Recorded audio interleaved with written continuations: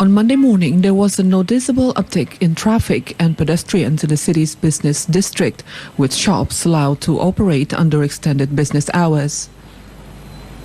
Restaurants can now open at 50% capacity and allow customers to dine in. However, shopping malls, cinemas, and a number of other places remain shuttered. Public rail transit in the city is open, but with limited ridership. Many local residents in Mumbai felt relief that the city is reopening, especially small business owners. But their relief was tinged with worries that another outbreak is possible, especially as some people could be seen not wearing face masks.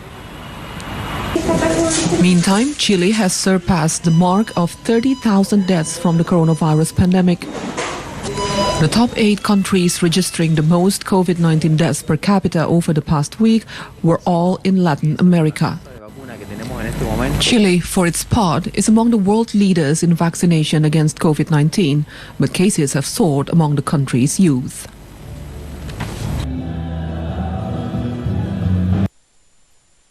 With Germany's vaccination campaign gaining more and more momentum, major companies like SAP or BMW have started to vaccinate their employees in-house in created in-house vaccination centers.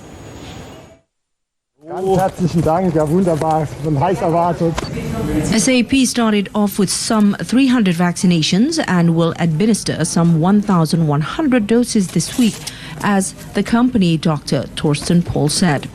That number could be as high as 11,000 vaccinations per week, depending solely on the availability of vaccines. There is no shortage of people lining up for their shots. Pohl is convinced with the vaccination readiness at SAP above 95%. In-house vaccination also started at BMW under the watchful eye of Bavarian State Prime Minister Markus Söder. Söder observed the start of the vaccination campaign at the Bavarian car maker and praised their success. As from Copenhagen, Danish researchers are using virtual reality or VR to encourage more COVID-19 vaccinations through a game of maneuvering through a virus-infected crowd in a city square. In an experiment by the University of Copenhagen, participants wear goggles to play an elderly person crossing the square while avoiding red-clothed bypassers infected with COVID-19. Vaccinated characters dressed in blue. Well, we know from similar studies with also kind of similar setups, we know that indeed after people went through such a VR experience, their vaccination intention increases. So we have observed this with COVID already, that indeed it may have a positive impact on the vaccination. The World Health Organization estimates that immunization prevents 4 million to 5 million deaths every year. Vice President Kamala Harris said she had held robust talks with Guatemalan President Alejandro Giammattei as she sought to find ways of deterring undocumented immigration from Central America to the United States. U.S. Vice President Kamala Harris emphasized the need to restore hope for struggling Central American nations to help address the increase in migration from the region as she faced the first major test of her diplomatic skills on a 3-day foreign trip. In her opening remarks, she emphasized the need for both leaders to act to improve the situation on the ground for Guatemalans, whom she said don't want to leave their homeland but are forced to by poor living conditions. Speaking during a news conference with Giammattei, Harris delivered a blunt message to people thinking of making the dangerous journey north. Don't come.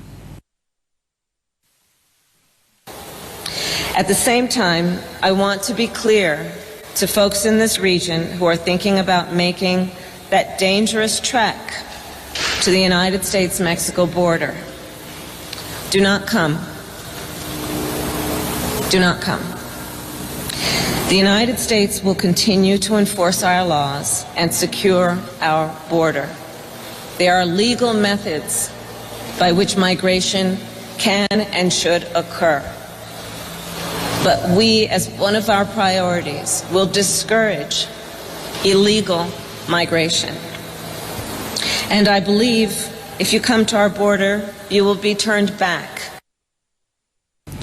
Harris is visiting Guatemala and Mexico as part of her role in dealing diplomatically with the irregular migration to the U.S., and she will meet with Mexican President Andrés Manuel López Obrador.